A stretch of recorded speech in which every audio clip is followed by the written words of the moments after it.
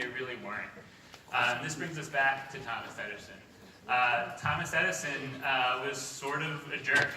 He created the original means for how the cinema industry was built. And then he immediately put incredibly restrictive patents on it.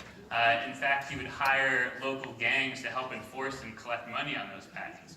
It became so bad that the people who wanted to actually start to build an industry around this had to move 2,500 miles away to what became Hollywood in order to put distance between him and these gangs. So we literally started from a place of disconnect between engineers and creatives. Literally, you can measure it. It was about 2,478 miles, just to sort of be able to have the freedom to build what became modern cinema. And naturally, format does follow the technology. When cinema first started, there were basically just film stage plays. It took a while for the craft and the tools of editing to be developed in order to tell larger narratives and condense them down to 1.5 to 2 hours. Likewise, length was actually limited by the amount of film you could fit on a reel. Eventually, we learned how to splice reels together, and then technology allowed us now sort of unlimited sort of running time with digital. Likewise, in early TV, it started out as just filmed radio.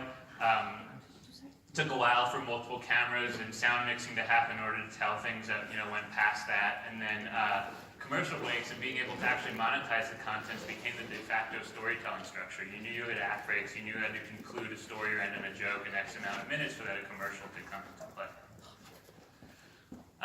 And I'll argue that when technology and distribution find stability, when we find sort of the good enough, we're able to enter a golden age. It basically creates the creative template. It allows you as a creative to know what to pitch, and you can also pitch that to multiple buyers. It allows the industry to move forward and do a lot more, much more quickly. The issue with these golden ages is that innovation becomes actually a lot harder. It reduces creative risk-taking. If you're going out with a pitch and it doesn't really fit this package, people don't know what to do with it. And then when you're trying to actually create innovation, you can't really pick just one variable. You can't just pick tech, you can't just pick creative, because you need multiple things to align. We've seen so many orphan technologies or creative ideas because they don't really fit into the current golden age.